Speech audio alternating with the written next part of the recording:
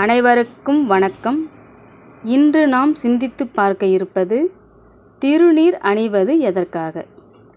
குளியலைப் போலவே திருநீர் அணிவதும் அன்றாட வாழ்க்கையின் ஓர் முக்கிய பாகமாக இருந்தது முற்காலத்தில்.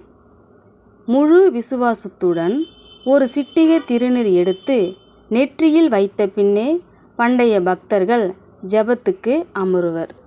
ஜெபத்தில் நம்பிக்கை நிறைந்திருப்பது போலவே திருநீரில் மருத்துவ குணங்கள் நிறைந்திருக்கின்றன.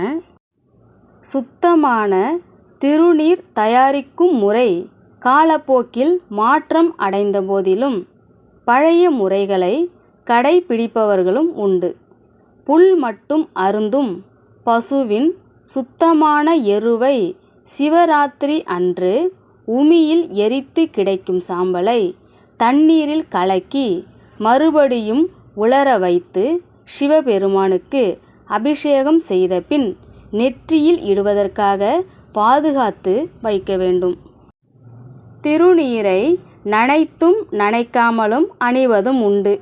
திருநீறு அணிந்தால் உடலின் துர்நீரை உறிஞ்சி எடுப்பதற்கும் உடல் வெப்பத்தை குறைப்பதற்கும் உடல் நிலையை மேன்மை அடைய செய்வதற்கும் வாய்ப்புண்டு என்பது நிரூபிக்கப்பட்டுள்ளது.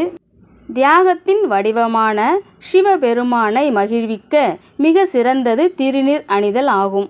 நெற்றி, கழுத்து, தோள் முதலிய இடங்களில் திருநீர் அணிய வேண்டும் என்று பொதுவாக கூறுவதும் உண்டு. திருநீரை நனைத்து அணிவதன் மூலம் உடல் வெப்பம் குறைவதனால் ஜுரம் பாதித்தவர்களின் நெற்றியில் நனைந்த திருநீர் பூசினால் ஜுரமானது இறங்குவதை காணலாம். மூலிகை செடிகளை சுத்தமான நெய்யில் ஹோமகுண்டத்தில் வேக வைத்த பின் எஞ்சி இருப்பதை திருவிபூதி என அழைப்பதும் உண்டு. ஆகவே இந்த பதிவை பார்த்த பிறகு விபூதி அணிந்து பலன் பெறுவோம். அனைவருக்கும் நன்றி, வணக்கம்.